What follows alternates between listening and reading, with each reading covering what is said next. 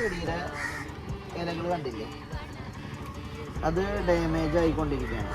ഇതിന് ഒരു പുള്ളികൾ വന്നിട്ടുണ്ട്, മഞ്ഞപ്പ് കയറിയിട്ടുണ്ട്. ഒരു ചെടി ഏറ്റവും പെർഫെക്റ്റ് ആയിട്ട് തോന്നുന്നത് അതിൻ്റെ ഇലകൾ നല്ല ഗ്രീൻ ആയിരിക്കണം, ഡാർക്ക് ഗ്രീൻ ആയിരിക്കണം. കണ്ട ഈ ചെടിയിൽ കണ്ടില്ലേ, ഡാർക്ക് ഗ്രീൻ ആയിരിക്കണം ഇതിൻ്റെ ഇലകൾ.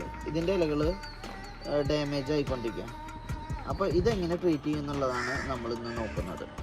ചെടിയുടെ ഇലയിലുള്ള പ്രശ്നം കണ്ടില്ലേ, ഈ ഇലയിൽ പുള്ളികൾ വന്നിട്ടുണ്ട്.